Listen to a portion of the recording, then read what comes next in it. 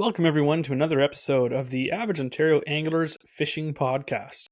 I'm your host this week, and as always, we have Jesse with us, and we also have our special guest again. We always like having guests in the show to enlighten us, give us tips about how to actually do fishing better. So we got another good one for you. This week, our guest is Brad DeCoste, who is another fishing guide, and we're looking forward to hearing from him a little bit later on in the show. But we're going to get lots of juice, as they say, from him. But first off, we're going to have the interesting fishing fact, which is going to be handled by Jesse this week. Let's see if he is interesting. He told me it was, so let's see if he's lying to me again or not. Well, as a typical fisherman, I've been known to stretch the truth a little bit. I thought this would be an interesting one because it's something, again, we like to do interesting fishing facts on lots of things, but one thing we like to do is learn things that we just take for granted and never thought of before. So I thought today we could go in a little bit about tungsten. You ever thought about that, Andrew? You ever had any deep thoughts about tungsten? Deep thoughts because they're sinkers? Yeah. So we all use tungsten in fishing for, it's commonly used in weights and in jigs and all kinds of things. And me personally, I've never really thought about how it's made. Like it's a super hard metal, but like, how is it made?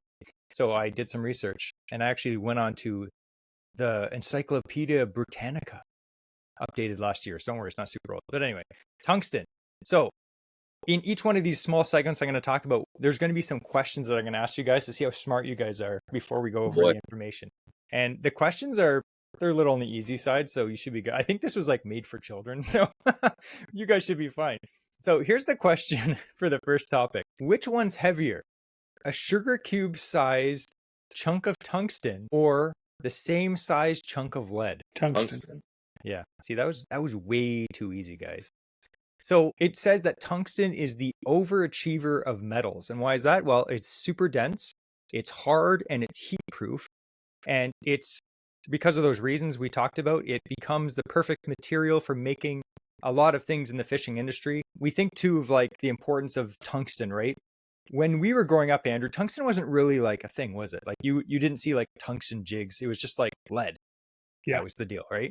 Yeah. You only ever saw lead. Yeah. Good, beautiful, non-toxic lead. No, just kidding. It's terrible. So what is tungsten actually? So actually, here's another question, Andrew or Brad. Where does tungsten rank for the highest melting point among all metals? What rank?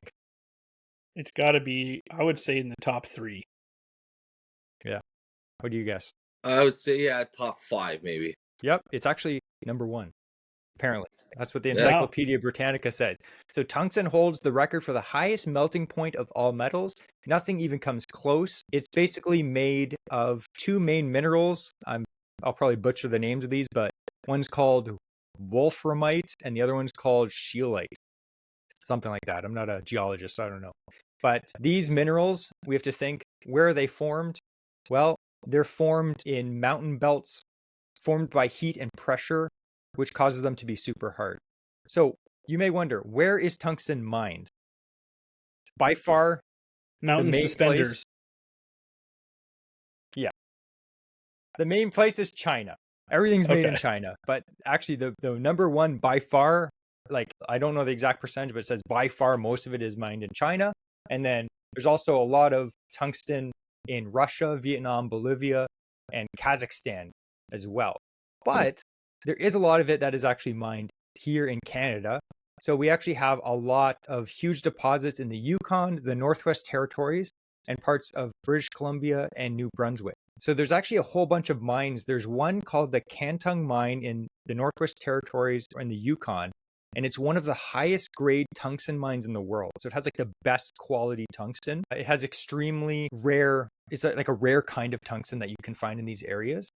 And it's considered a major global tungsten asset in the whole world, which is awesome. And then there's a whole bunch of other ones I'm not going to get into, but we should go to like a mine, Andrew. We'll do an AOA live at like a tungsten mine. I was thinking, like, if it has such a high melting point, it must be really hard to refine. So having it as pure as possible at the source would be a huge benefit. Exactly. So you may wonder, so they're mining these weird, like, tungsten minerals in from the ground. But Andrew makes a good point. what's the process of actually it becoming, coming out of the ground to being on your flipping jig? Who knows, right? So this is a very simple version because, again, I think this article was for children, but that's good because it was a long day at work. I don't want to think too hard. So what That's they do is perfectly. I have the mental capacity of one. It's so true. So first they mine the minerals, right? And it can be open pit or underground.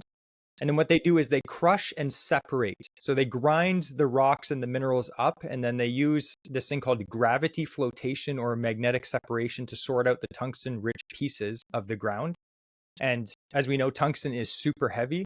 So it basically, when they're using these separation, it just it falls right through and the dirt just flies away. You don't have to worry about it.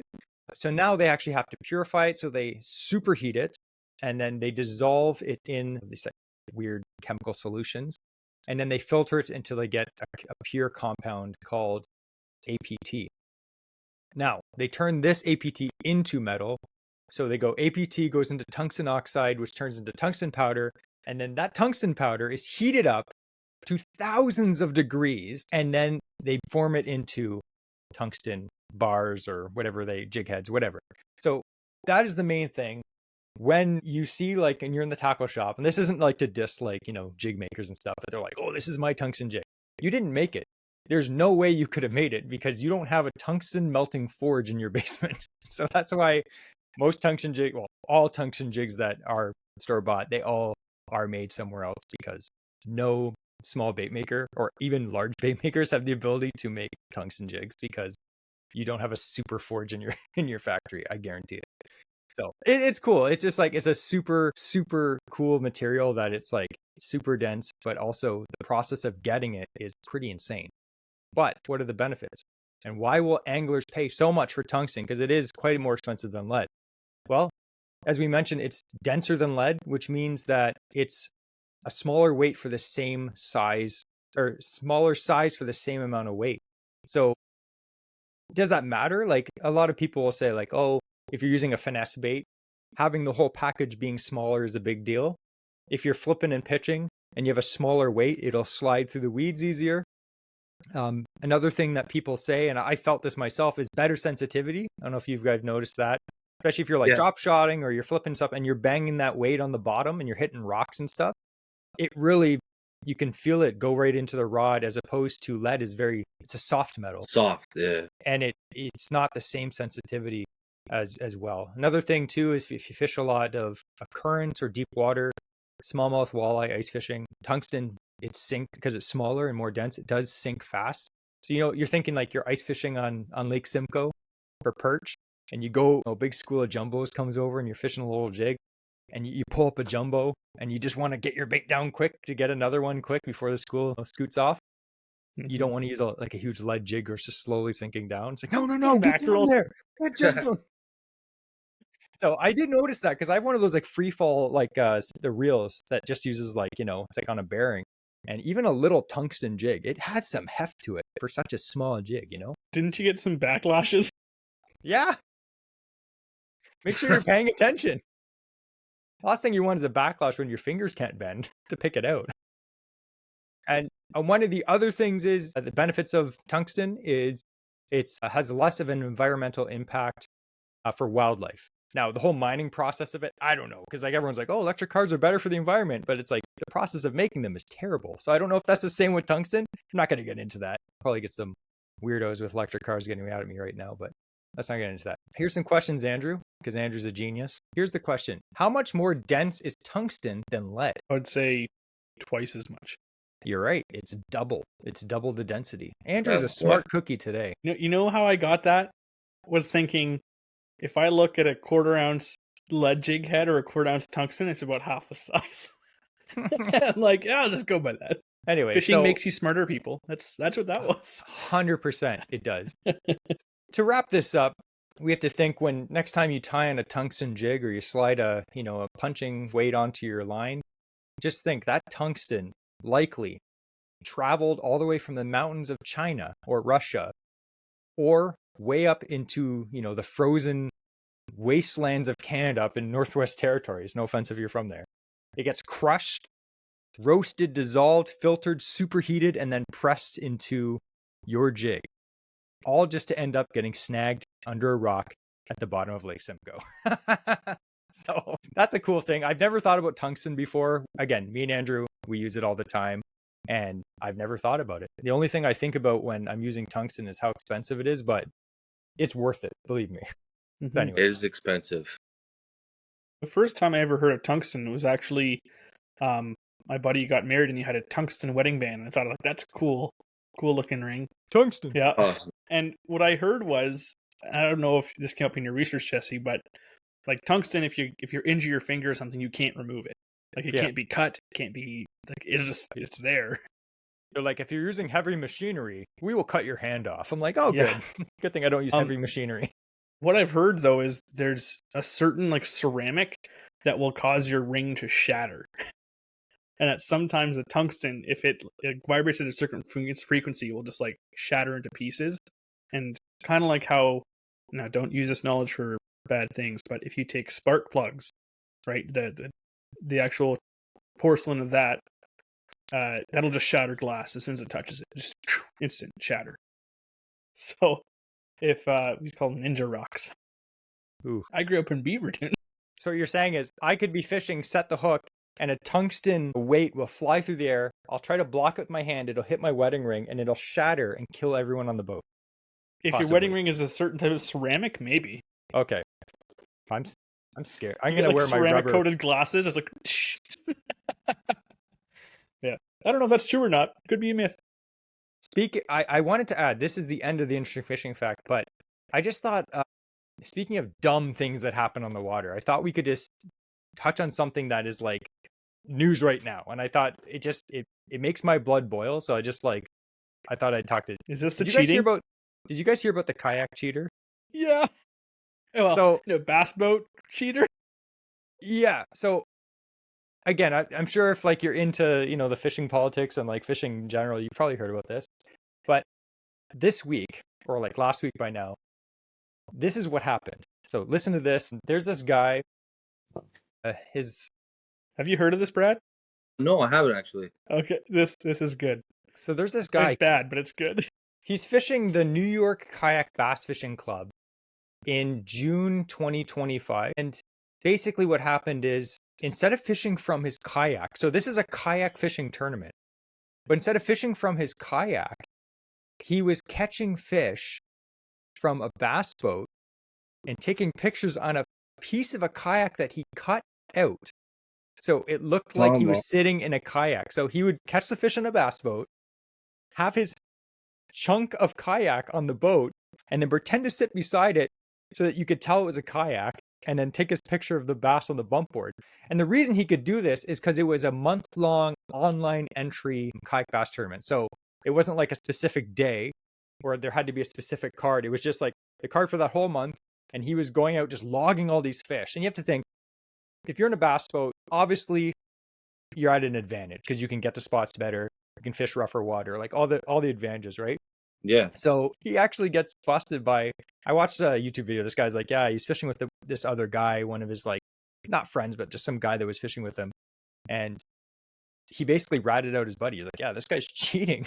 And then they got footage of like his boat on the side of the road with like a chunk of a kayak on it. And then this guy had also been busted for cheating before.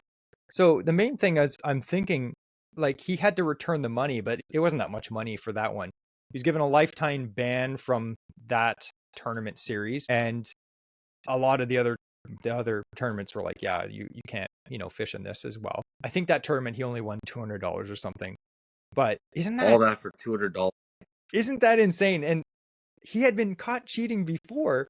And that's so blatant. Like for me, if I was going to cheat, which I wouldn't, I would be too terrified to do that. You know what I mean? Oh, I'd yeah. be like, I'm fishing a kayak tournament, and here I'm on a boat with a chunk of neon green kayak with other people fishing around it was like on the St. Lawrence River. Like this isn't like some Hicktown lake in the middle of nowhere. Oh my goodness. Wow, Man. that's pretty crazy. That's crazy. That's not worth it. Not worth it. Well, nothing's worth it, but $200? Come on. Yeah. Yeah. There's like predator poacher YouTube channels where Yeah, they I've like seen set a up few. stings. Me and Andrew have to do that with bass fishing cheaters. You know what I mean? Yeah. You have to like set the guys up. That would be great. Yeah. Although we'd What are those probably end lead up weights in getting your shot. pocket there? You realize that how heavy do you think this fish is? It's actually only 2 pounds. Oh man. Anyway, I thought I'd say about that because if you want to hear more of the whole story of that, I'll put the link below for the Wired to Fish news article on that. I just found it ridiculous. Some of these guys, dude, fishing is supposed to be fun.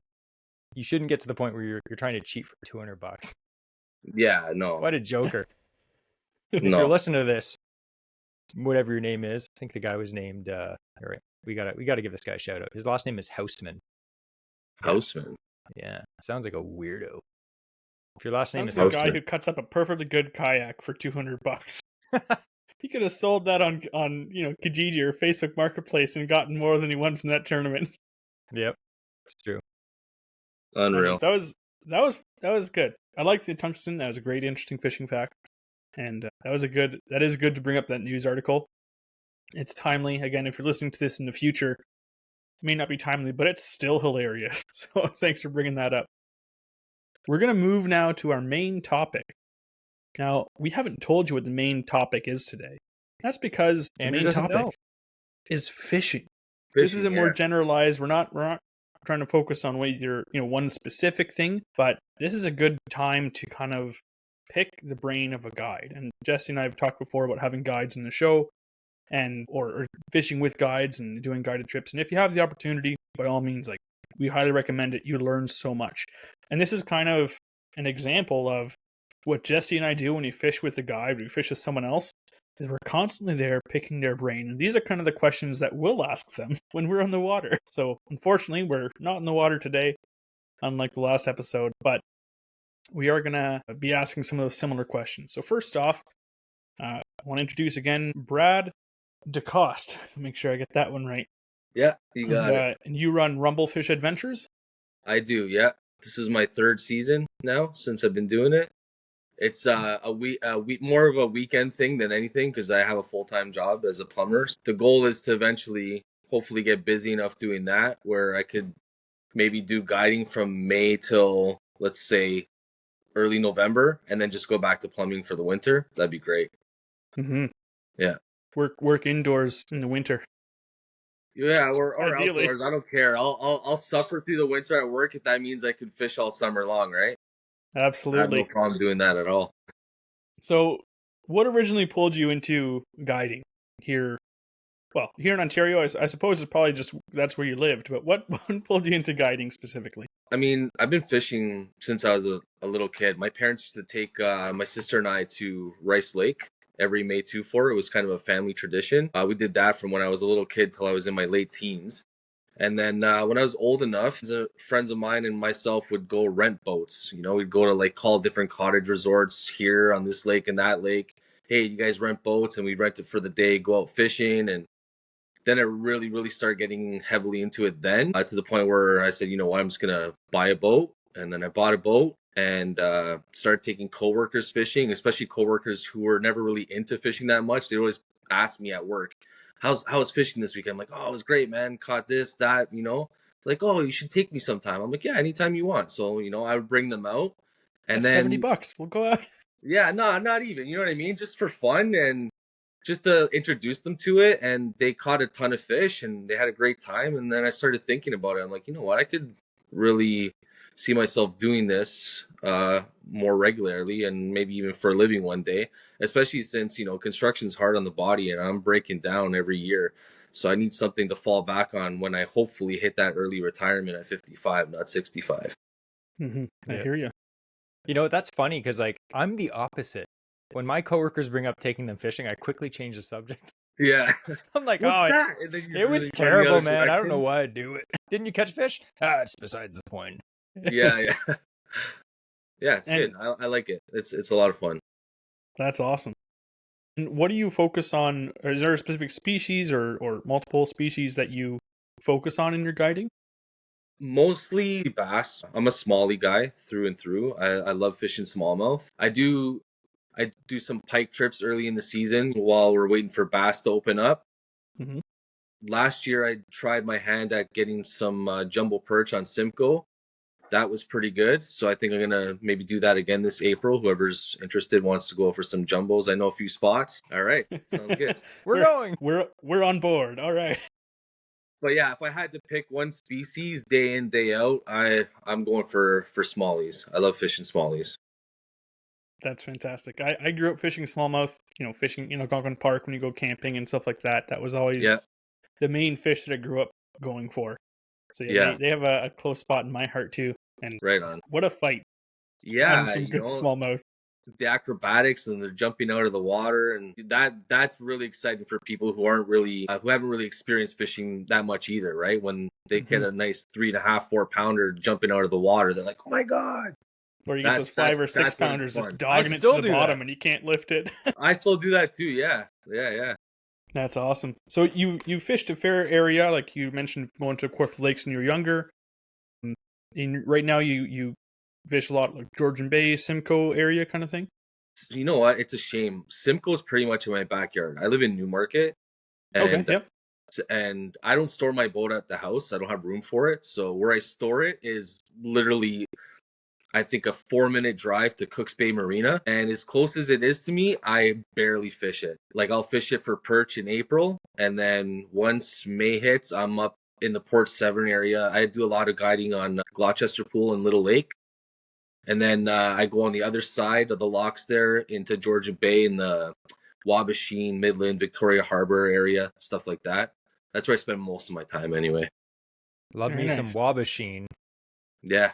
That's actually where I bought my my outboard. It was in Wabasheen at Marsh's Marina. Oh, nice. Yeah. Right on. I looked at that address. It was like Wabasheen. I'm like, what the heck is that? Yeah. There's Penetanguishene, Wabasheen. Yeah. So when you're guiding, what is your favorite season to guide? So we know what species, we kind of know the areas that you like to frequent at least. But Yep. what's the favorite season when you're going for against smallmouth in that area? I would have to say fall, hands down. I love the fall. Just the fish group up and they're feeding aggressively, putting on the pounds for the winter. I shouldn't say pounds, but putting on the feed bag and getting some Putting on the ounces. yeah, the ounces. There you go. Yeah, not pounds, jeez. But yeah, fall, hands down. I love it. You can have days where you catch 30, 40 fish in a span of 4 hours. It's just ridiculous sometimes. I gotta laugh sometimes. It's just, oh my God, another one. The next cast, oh my God, another one. Like 3.5 pound fish are now 4.5 pounds. 4 pound fish are now 5 pounds. Like they're heavier, they fight harder. It's just a lot of fun. That's my favorite time of year. Footballs in the fall. Their man. bellies get huge. Yeah. Lots of fun. What's do you have a memorable moment that sticks with you from your guiding in the past 3 years? Is there anything that kind of stuck with you of importance? This summer, I took a family out from North Carolina, actually. It was a mom and her 2 daughters. And the one daughter, I think she was 6 or 7 years old. She was a young kid. And we were catching a bunch of smallies. And we went to go do a release. I made her get down on the deck of the boat with me real close to the water. And then I was holding the fish like by the belly, waiting for it to swim away. And when it swam away, it splashed the tail. I got a face full of water. This kid was belly laughing, like hard belly laughing. Like this is the funniest thing she's ever seen. I thought it was really cute. That was a memorable moment for me for guiding up until this point. Like I said, I haven't been guiding that long, but out of 3 years, that one stands out. Sorry, what'd you say?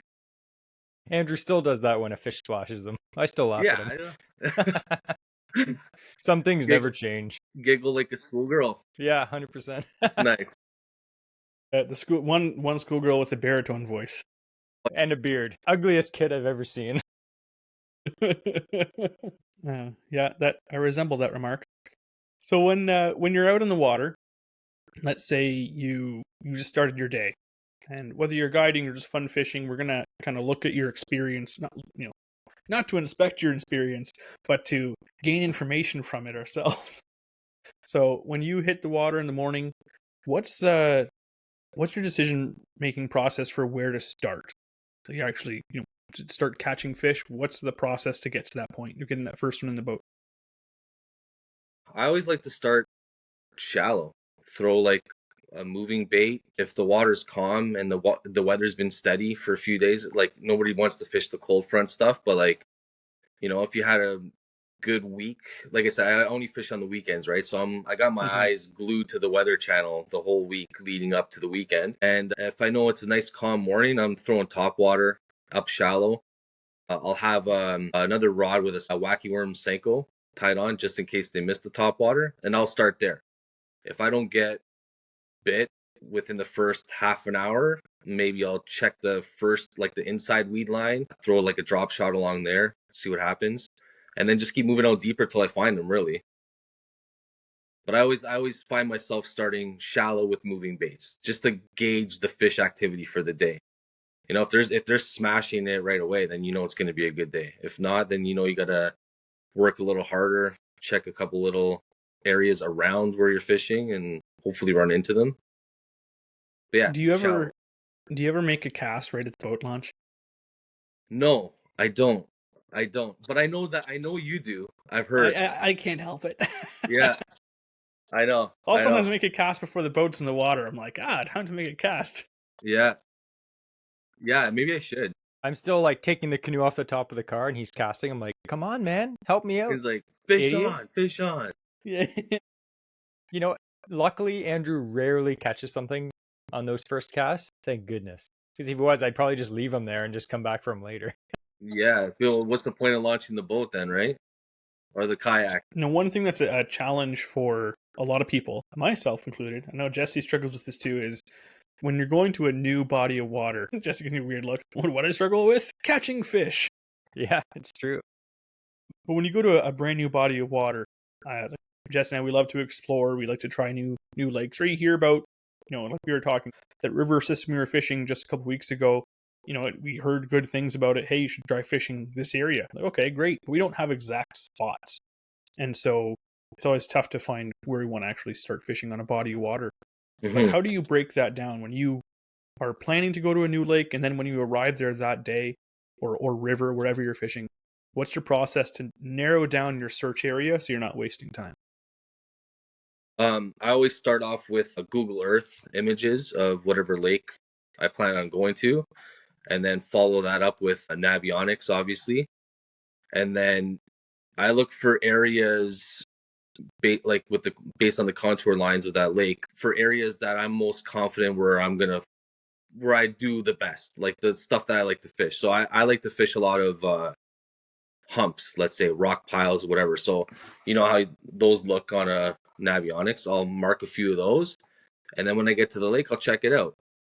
Drive over it with the 2D sonar, have a look at what it looks like. If I see any marks, maybe drop a drop shot down there, see what those marks are, see if I can catch a couple. And then if it's producing, then I'll save it as a waypoint and kind of just tag along like that. And if that's not working out, then I'll, like I said, I always like to start shallow, but that'll be like a backup plan. I know earlier I said I'll start shallow, but if I'm going to a lake that I've never been, then I'll start with the humps. And if that's not working out, then I'll move shallow and see how that is. But I like the drop shot around the humps and stuff. And those are easy spots to find, like with Navionics. Like you could go to a lake that, as long as it's mapped on Navionics, but you could go to any lake you've never fished before, and within a few seconds be like hump, hump, hump, hump, and find those humps on the circles. Map. Yeah. It doesn't take a genius map reader to figure out where they are. So that's good for like people like us that are dumb, right, Andrew? You didn't answer that one. So when you're out in the lake, the spots that you pinned so far on your Navionics in the past, like the humps aren't producing, you're going to the shallow areas. Is there anything else that you're looking for without ripping across the whole lake? If you say, are you going to focus on areas that maybe have like current? Does that play a big deal in your decision making, or is it more like the depth changes and stuff like that in a lake that would draw your attention more once you're on a body of water and kind of figuring out what's working for that day? So I don't really, maybe I should, but I don't really pay too much attention to the whole current thing. But I'm a more of like a depth transition zone type guy. I look for the first break, the second break, inside weed edge, outside weed edge. And then if I'm going along weed edges, you look for holes or points or like something that's different, Mm-hmm. Or if you're in really shallow water where you can see, like you have good visibility, any shadow that I see, whether it's like a log or a rock, I'm like, oh, okay, I'm going to cast there. Just any cover that you could see, you're gonna throw at it, right? Mm-hmm. So I would just go with the trolling motor on high and just cruise down, man. Just cover as much water as possible and see how long it takes to figure out what that pattern is for the day, and try to make the right choices based on that, and hopefully the day gets better from there. That's good. That's pretty much my plan when I go out, is I find out what's working today. Yeah. But and yeah, I love sight fishing that stuff too. And you never see, like, how often do you actually see the bass? You just see like a different colored rock sometimes, like you said, or that that log there. Do you actually see the bass before, you know, it moves out to grab your bait, like, ever? Never. Yeah. Maybe one time I saw it happen. I saw the bass hiding in a brush pile, and I saw him come out and not hit the wacky worm. And then it was actually a client that I had out on the boat. He was throwing a wacky worm at this thing, maybe 15 casts, and would come out and then go back in, come out and go back in. So then we made one little switch. It was the Great Lakes Finesse hover minnow on a little ball head. I just told him hang it right there, and he hung it there, and it came out and smoked it. That's the only bass I ever saw come out of cover and eat something. And I hear people say, "Oh, there's a bass there." You know, you watch YouTube videos. Oh, they're sight fishing. I can't see anything, man. I can't see them. Now, unless maybe you're on Simcoe and it's like super clear, and then you know. But yeah, that's definitely a different thing for sure. Yeah. But you like you were saying before, you can only get out on the weekends because you work full time, like us, like a lot of our listeners. They are not full-time anglers. That's count yourself lucky if you're able to do that by any means. If you can get out more than just the weekends, that's amazing. If you can get out that much. Sure. Yeah. So, like us, you have to put up with a lot of weather, I'm sure. It's not, I shouldn't say never, it's rarely optimal by the time it comes around to the day we can go fishing. So yeah, let's say it's windy. How do you make use of the wind, or do you just try and avoid as much as possible when you're on the lake? Let's say there's like islands around or something like that. What are you doing on those windier days, but you still want to get out fishing? So I'll kind of fish whatever side of the lake the wind has been blowing the water to first. I'll go to the wind, the windiest, I guess side. The windiest side, right? Throw spinner baits, chatter baits, anything that's moving, jerk baits, you know. So that's kind of a bit of an advantage. If you know, fish the windblown stuff, there's usually going to be fish there. Theoretically, they should be there. And then as far as using it to my advantage any other way, I think I'd probably, drift across a flat and use the wind to drift across a productive flat that you know of, or a productive spot, just drive the boat up however many yards and then let it drift across, dragging a drop shot or a Ned rig, hopefully pick up some fish that way. For anything else, I'm trying to hide from the wind. And that's what I like about where I fish in Gloucester Pool. There's a lot of islands, a lot of like nooks and crannies and bays that you can get out of the wind if it's really bad. When you wake up in the morning and you look at the weather network and it's 45 kilometer wind gusts with 26 kilometer hour sustained winds, most people are like, well, I guess I'm not going fishing today, but I'll go to G Pool confidently knowing that, if it gets too much, you can always find water to fish that you're out of the wind. So that's funny because I was going to say, Andrew, we should talk a little bit about our last trip. We went out, we both took a day off work, and we were like, it was the first day that we got to use Andrew's new boat. And tell them about the weather, like, man. So, I saw on your Instagram. Yeah. There was like 3 foot, like, white capped waves. We were trying to like cast along this weed line, and it was 55 kilometer per hour winds. Yeah. Jeez. Yeah. Like gusts. Yeah, gusts, but like sustained around 30. Like, it was a windy day. And it was raining. It was wet the whole time, raining. And you had your heart set on going out that day with the new boat. Nothing was going to stop you. Yeah, I had to. Yeah. Getting it back on the trailer. I even had the bump guards in the trailer, but the ramp was so steep that the boat was trying to sit on the one. So I had to I rolled up my pants, and I was deeper than the rubber boots would let me go. So I got pretty cold getting the boat back on the trailer and stuff. But we wanted to make sure at least you're on your way home. Yeah. I'm very pleased with that boat, though. I did not feel at all unsafe on being on that water.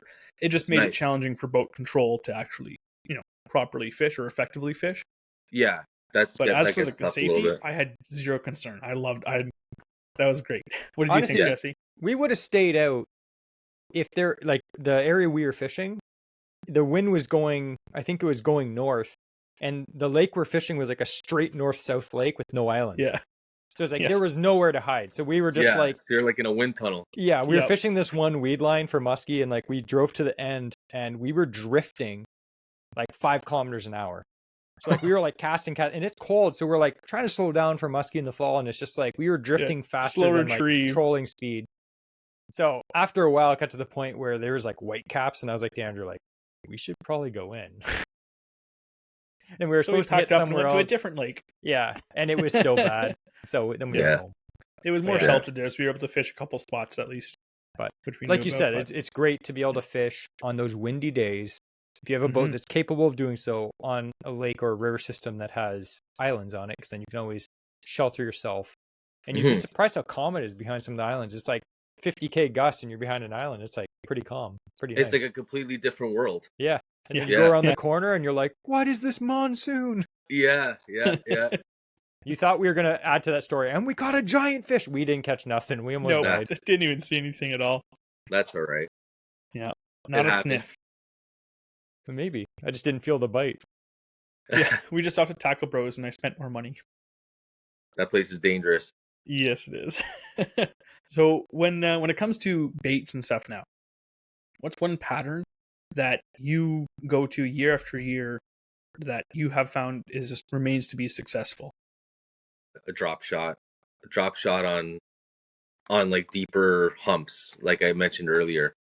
You know, it seemed like, I know, like early in the season, bass are up shallow, but there's always, there's those days where they're not hitting shallow. But I always find like no matter how bad the day is going, if whatever else I want to try that day is not working, I know I could put a drop shot in my hand or my client's hand, go out to a hump in the middle of the lake somewhere and catch them. Like, doesn't matter what the weather is. It just seems like there's always going to be fish there.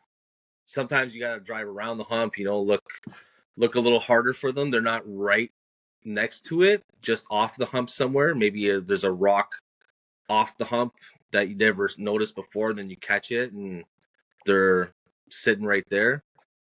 That technique with that pattern always works for me. I like that. I need to do more drop shotting. I like Ned rigs, but I need to do more drop shot too. Yeah, I like Ned rigs too. And what is something that you wish, what's one technique that if you could recommend to other anglers, take the time to learn how to do properly, what would it be? It could be the same thing, but is there something that, like a technique where like it takes a bit of time to learn it, but it's worth it? Yeah, I mean, I hate going back to drop shot, but I see a lot of people moving their drop shot too much, moving the bait, like shaking their rod tip way too much, Mm-hmm. Or leader length, depending on how far they're casting, what they're trying to do. Like, you heard of like drop shotting with the little swim baits and like swimming a drop shot. Mm-hmm. Well, if your leader is like, I don't know, 6 inches and you're casting 100 yards or 100 feet away from the boat and you're trying to swim that thing along the bottom, you're literally dragging along the bottom. You got to adjust your leader length, right? So Yeah. I would say stop moving it around so much, especially with a lot of these drop shot baits now, from the ones that I use anyways. The buoyancy of these things are terrific. So you don't really have to move them a lot. You just let them sit there and let the natural current in the water move it for you. It's like a sit there and do nothing type thing and just wait for the hit and set the hook. Me and Andrew have an underwater camera for ice fishing. And we were talking about how anglers move their bait too much on finesse techniques. Because like say you're ice fishing, you see the guys jigging and their rod's going up and down. And then once we got a camera, we thought we were being subtle. And we got a camera and we're looking at our jig and it's like you move the rod like 2 or 3 inches and your bait's just like zigzagging up and down like crazy and it looks so unnatural. Crazy. Yeah. You don't realize how much, especially with like modern rods and line, how much just moving your rod even a little bit completely rips your bait up and like minnows don't literally just go up and down like a weird. Some of the best action you get is just, don't have breakfast, drink 4 coffees by the time you get to the lake, and your shakes in your hand are going to be like the perfect motion. Yeah. I'm going to try that. I do not advocate dehydrating yourself, but hey, if it catches more fish. Hey, whatever works.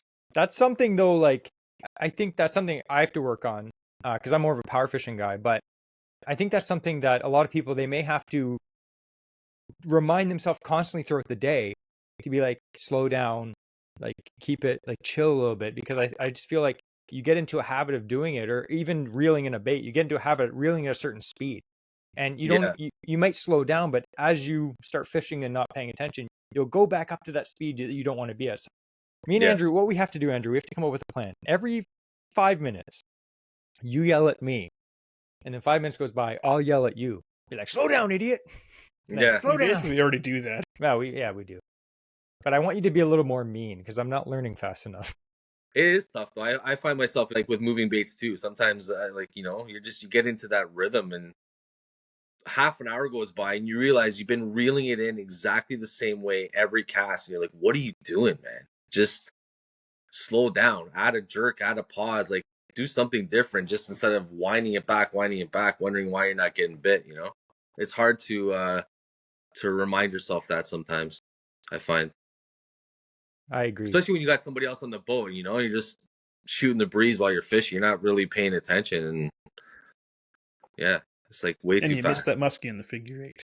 Yeah. Oh yeah. Or we don't figure eight. We're lazy. That's why we don't catch any fish. You guys don't figure eight, really? No, we do. I was gonna say. We try to. We try to remember.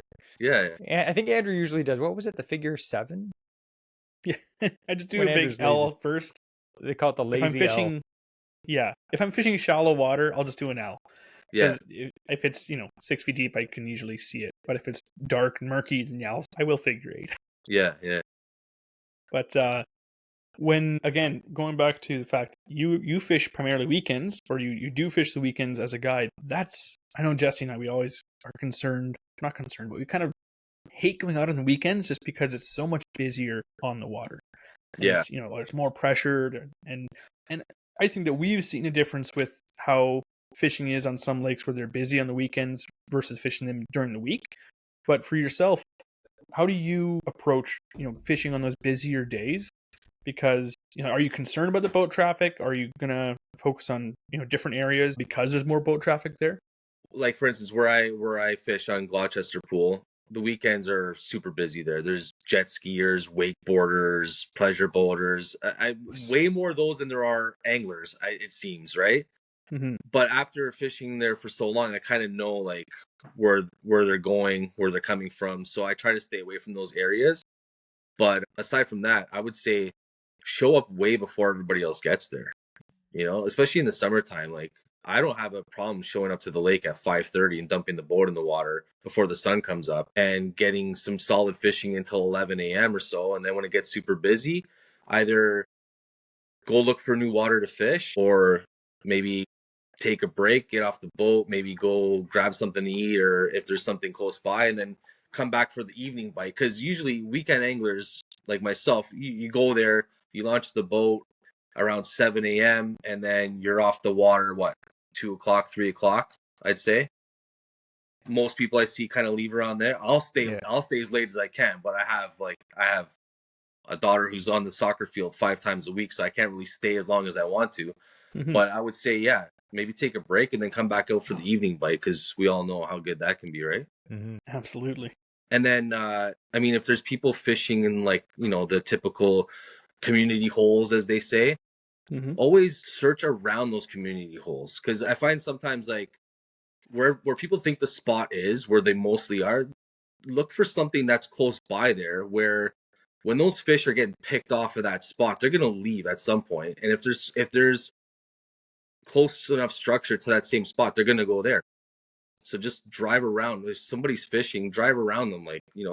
Keep your distance, but look for something around where they're fishing. Mm-hmm. That'd be another thing I would try to do.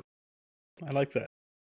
That's funny. That reminds me, when I used to go steelhead fishing a lot, some of the more popular pools, they get hammered by people, right? And I saw this pool that had a lot of fish in it, and there was probably 6 or 7 guys drifting it.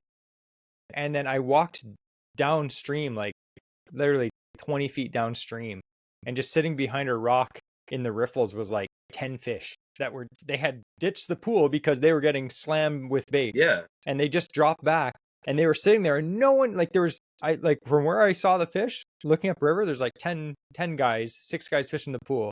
And then I look down in the river, there's like 10 fish there, no one there. So sometimes it's like, Yeah, you have to fish, find the spot that's good. Yeah, look around because those fish, they're not intelligent, but they're not dumb. If baits are flying around and their buddies are getting abducted by, the human aliens, Yeah, they're not going to stick around. yeah. No, for sure. For sure.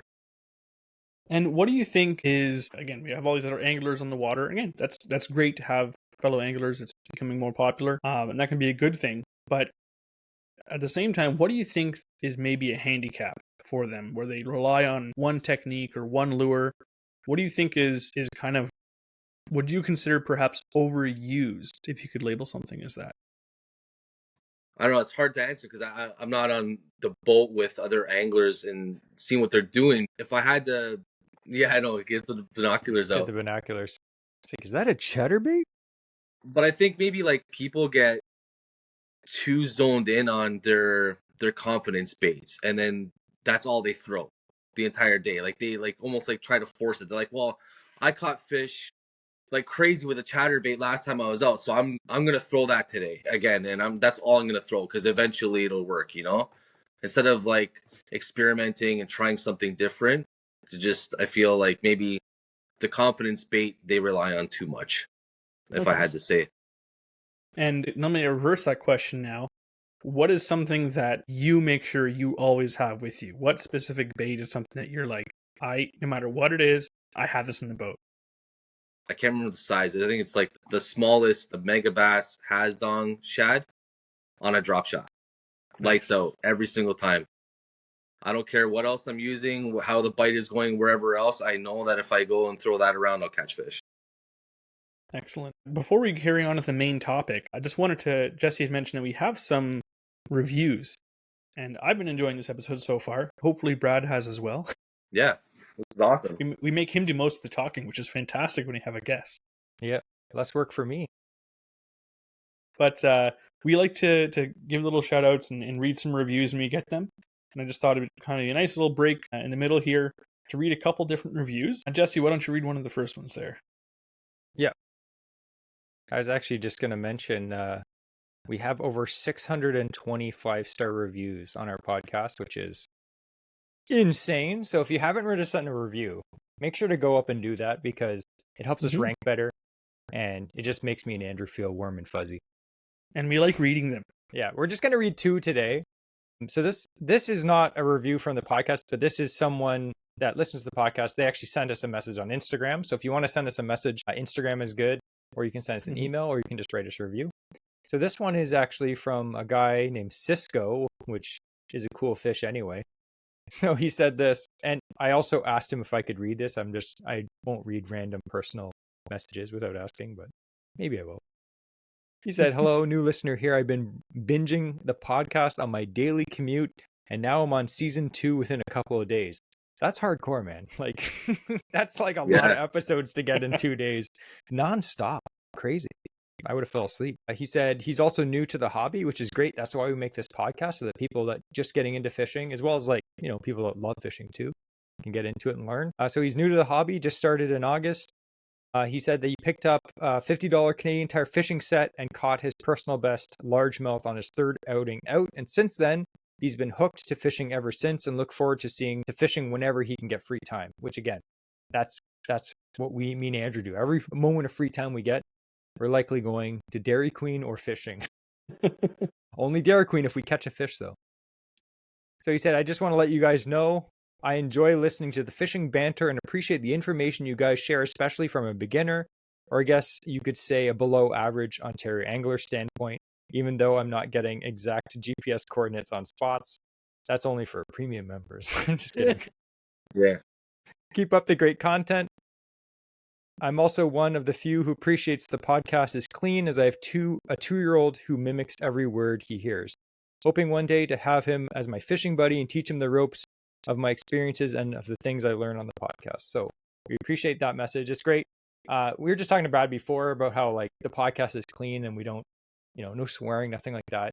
It's very hard. Like we listen to a lot of podcasts and stuff. It's very hard to find a clean one. I know a lot of people, you guys don't care. You couldn't care less if we were swearing our heads off, but there's lots of people that do care. So we like to keep it clean so that it's listenable for everyone. So We like getting messages like that. It helps us to, not swear, right, Andrew? Absolutely. We know how much of a sailor mouth Andrew is. Gosh darn it. I sound just like the SpongeBob episodes, like dolphin noises and old jalopy horns. I was thinking for that the 2-year-old that's listening there that was mentioned, or like any young kids, we should like start teaching them like different words, like Neko rig, mega bass. Just like repeating them so that these kids start saying these like really cool fishing terminology terms. His first word, it was chatterbait. I don't know. My son just started calling me Babazoomi. I'm like, I don't know. Oh, What a hammer. yeah. We have another review. This is from David, and this is actually from another part of the world. It's really cool. So he says, as a guy from Sweden, I've heard many times that we're pretty similar to Canadians regarding mentality, values, politics, society, and so forth.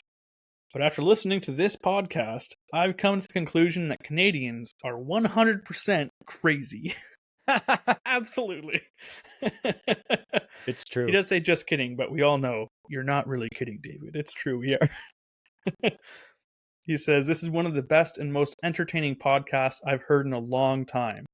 By the way, we don't have muskies in Sweden, but if muskelunge is read like it's written in Swedish, it would translate to muscle kid. Think about that next time you're reeling one in. Thanks for all the great content. So that's awesome. And I considered reading this like the Swedish chef from the Muppets. I knew you It would. was like at the end, like, thanks for all the great content. Bork, bork, bork. Thank you, David. You know what? That's what I'm calling Muskie from now on. Muscle kid. Yeah. Oh, look at this sweet muscle kid. Yeah. Got a 50-inch muscle kid last weekend. On my 14-inch Suic.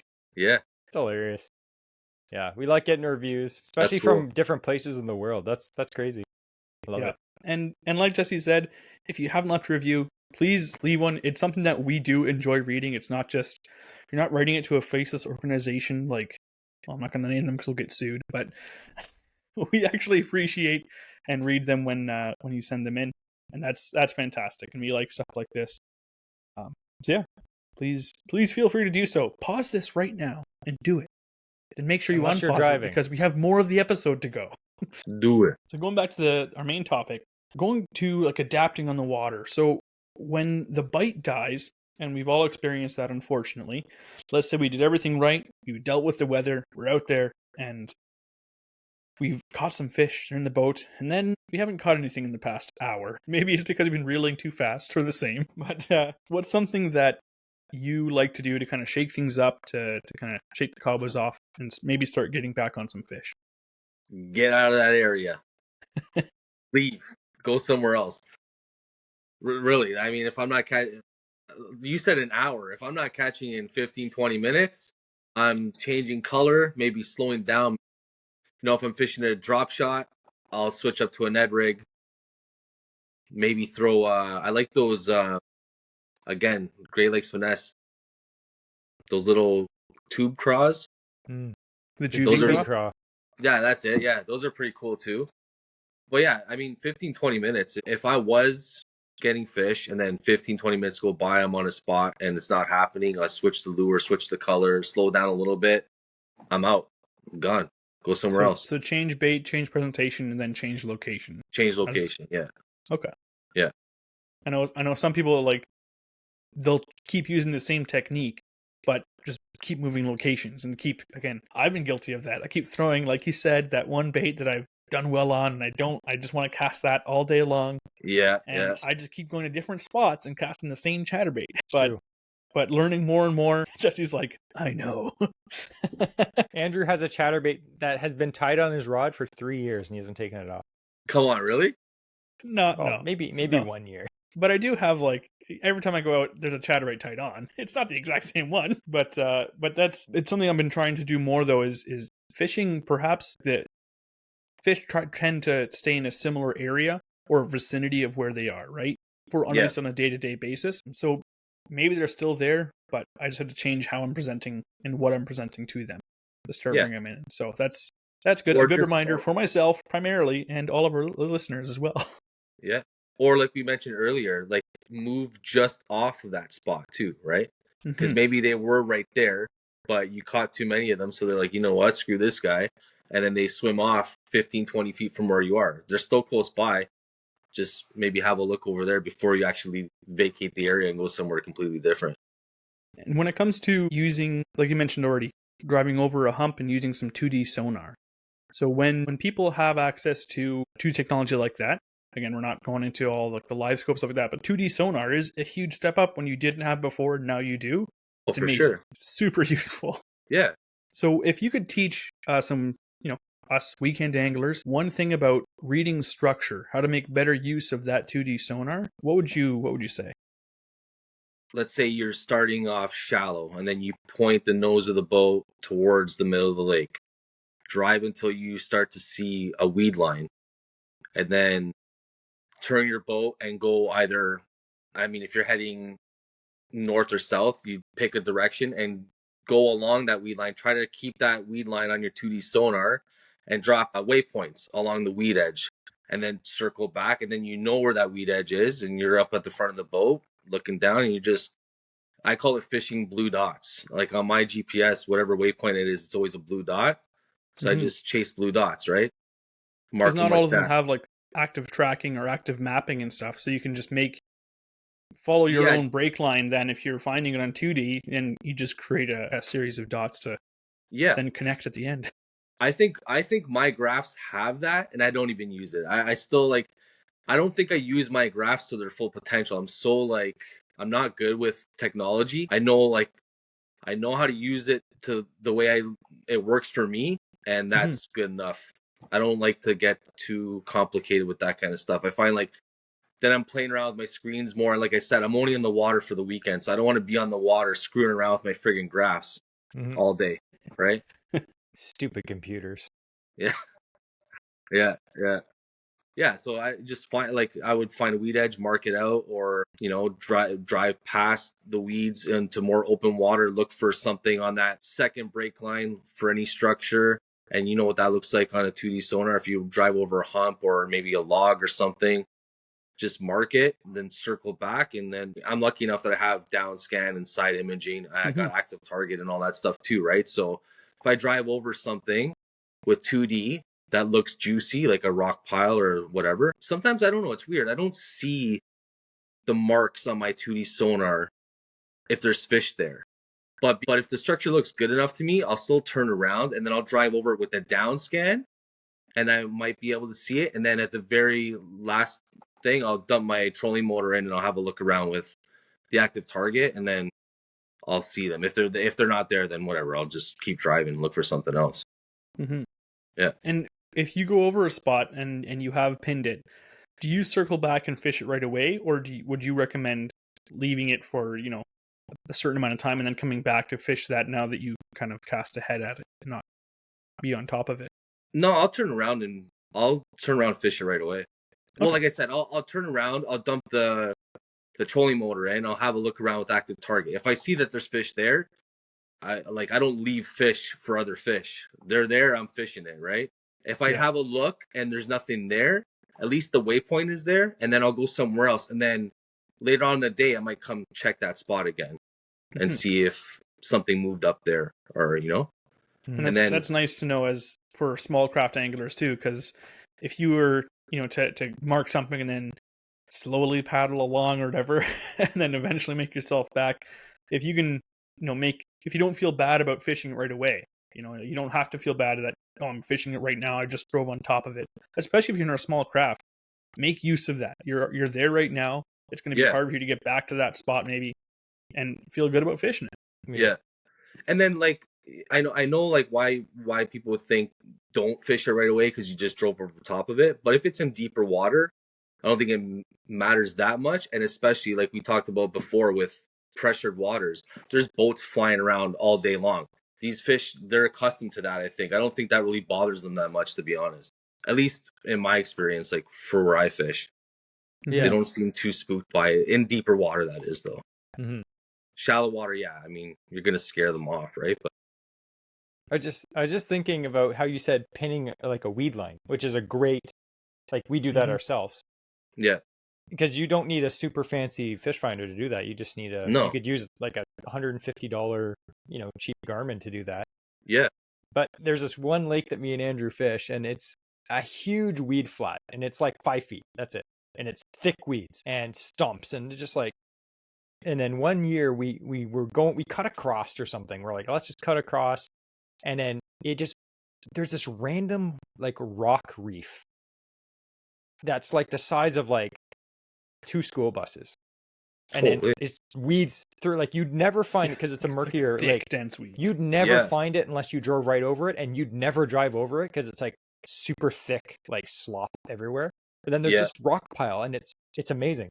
You can almost see it from Google Maps, but we found it one year, and then we could never find it again. Like, so we pinned pins all the way around this like rock thing. So you look at my GPS, and it's just like all weeds, and then it's just like 9 or 10 like dots all the way around that. I'm like, that's it. And you know the squiggly lines of when you fish an area? It's just like because we just fished that. And you gotta clear them off your screen every once in a while because it gets too clouded. I know, right? Because even with active mapping, because that's a good point, with a charting fish finder or depth finder, is that'll show you depth differences, but it won't show you difference in structure. So it could be, like Jesse's saying, the depth didn't change there, it's just the structure below did. So on the mapping, if you look on a map for that area with, Jesse charting his area and all that stuff, it just shows, 4 to 6 feet the whole way across anyways. But if you can pin, just like a suggestion, by pinning it, doesn't matter, you can find it again because it doesn't matter what that actual depth chart says. You have a mark. 100%. This is something here. You can label them all this different stuff too. So make use of any differentiating labels. I know some guys, they label it. I think we were talking to, is it Barnoose? Jason Barnoose, I think, who tags everything by like color and is like, oh, red is rock and green is this. Yeah. He has all these different things, and it's not even for fish, it's for structure. Yeah. But he uses different colored pins for whatever structure it is that he wants to fish. Yeah. And it saves time too, because like you may know where a spot is, but it may take you a few minutes to actually find the spot. So if you actually pin it with a basic GPS unit, then you can run and gun. Like me and Andrew will do that. We'll fish a spot and then be like, okay, there's nothing here. Pick up the motor, boom, fly to the next spot, find it on the GPS. Okay, it's right here. It's coming up. It's coming. Okay, there it is. Or like, there's a stump there. Or there's a rock pile there. Like you don't have to be like looking and guessing and trying to like look into the lake. Oh, Andrew, stick your head under the water. Do you see that? That log? So it does save a lot of time. So hold Andrew over the boat by his ankles. Head first in the water. I can't hold him. But it's November. Andrew's heavy like tungsten. Just use a musky rod and a heavy leader. Old tungsten teeth. That's what we call them. Tungsten teeth. A little head heavy. Holy smokes. He eats radishes raw. Going back to what you guys said, people use different colors and different logos to mark stuff. I wish there was one for a field goal for like the end of a football field. There's a spot I found on in Georgian Bay. It's on a hump, and there's weeds that come they're all like, it's pretty much covered in weeds, this hump. But there's a bare spot where it's just rock. And if you see it on the active target, it looks like a field goal post. You see a definite, like there's a weed edge here, and rock. And I had the nose of the boat facing there on spot lock, and I could see fish swimming out of the weed edge across the rock into the other side of the weeds. Super cool, but it looks like a field goal. I wish I had a field goal marker. I'd use that for a waypoint for sure. Catching footballs. That's it. At the football marker. Yeah. That's awesome. So we're going to move on to our final couple questions we have prepared for the podcast. That's time has passed quick, at least for us. Maybe our listeners are like, this episode's taken forever. Time has flown by for me. But if you had 5 minutes to make an angler noticeably better, and I like that wording, noticeably better, what would you teach them? Well, like we said before, slow down, for sure. Pay attention to your surroundings, like, listen for things, look for things. But most importantly, I think whatever bait you're using, try to think of what you're imitating with that bait and what that bait actually does in real life and what it looks like swimming along the bottom. And if you can visualize that in your head, I think it translates to your hands a lot better instead of just fishing and going through the motions. Try to visualize what, like if you're imitating a crayfish or a goby, like, and if you don't know what that looks like, I mean, YouTube is everyone's best friend. Look up videos of crayfish swimming along the bottom. And next time you go out and you're using a crayfish bait, try to do that. That's what I would say. The ultimate mimicking. Yeah. Jesse and I always joke around. We'll fish, and it's come in handy sometimes. We'll fish like topwater frogs is one of the common things that we'll do around some like shoreline structure or docks and stuff like that, or some rocks up in the kind of the shield lakes. Sometimes like I'll cast my bait like right up on shore and just like pop it in the water, and we always joke, it's like, the supernatural approach. It's not just natural, it's supernatural. Supernatural, yeah. I always joke about that. But yeah, like mimicking, and for me, I started doing that when I was younger. Like I started doing it at the cottage when I was a kid with Jesse up there. What, 12, 13 years old or something like that.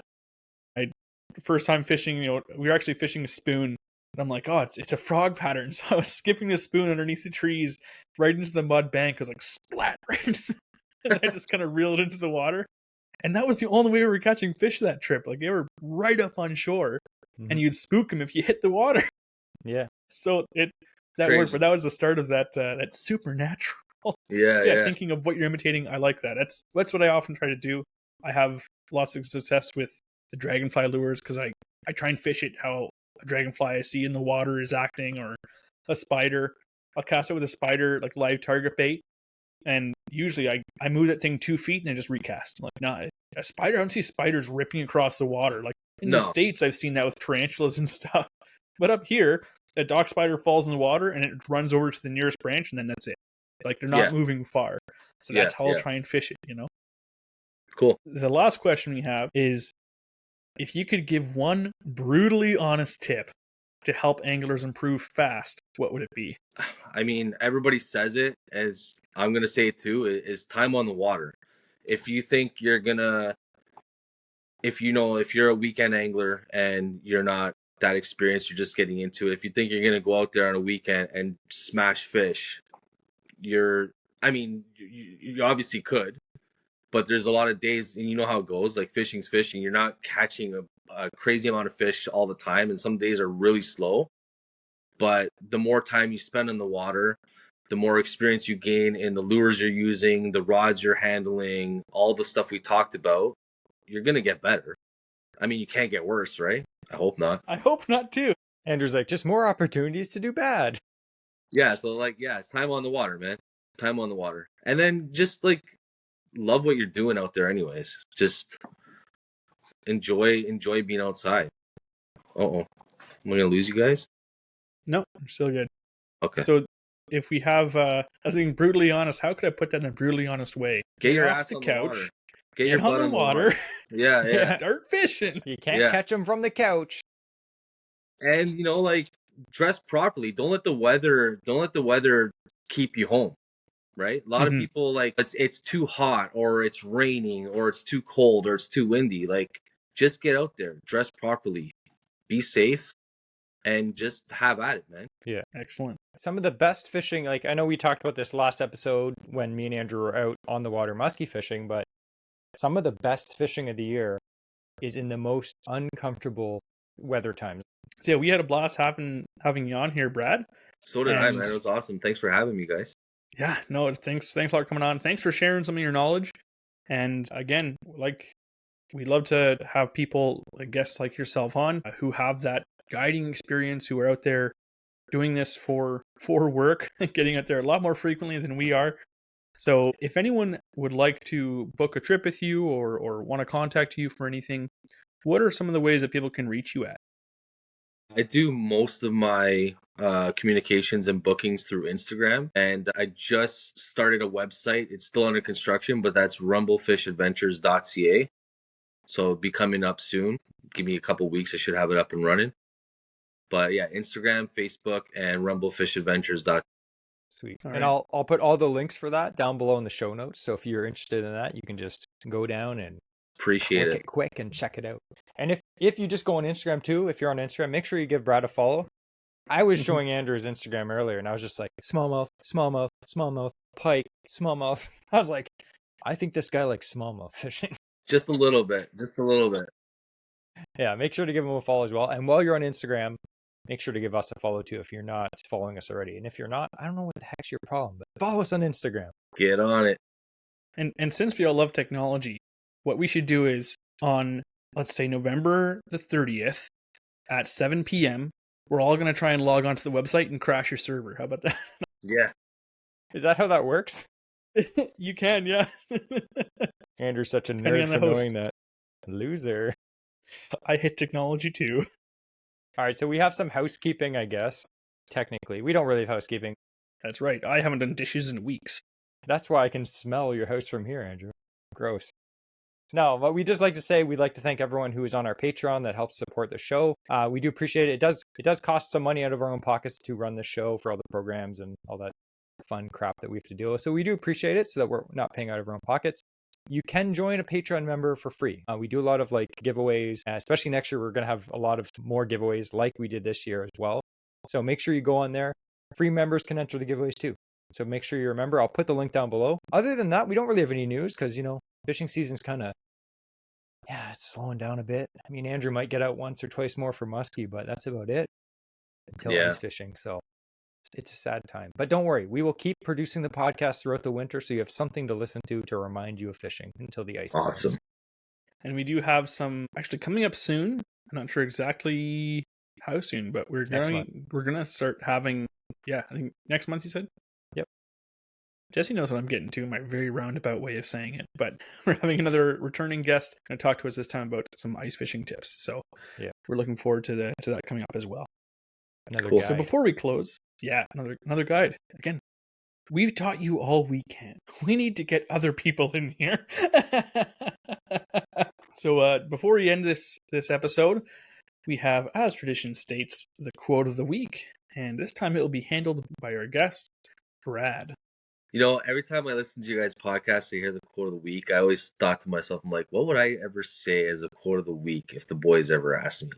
So I put a lot of thought into it, and I looked up some quotes and stuff like that, but I didn't want to copy what anybody else said. So I just spoke from the heart, and I mean this, genuinely appreciate every moment that you get to spend on the water, whether it's bad times, good times.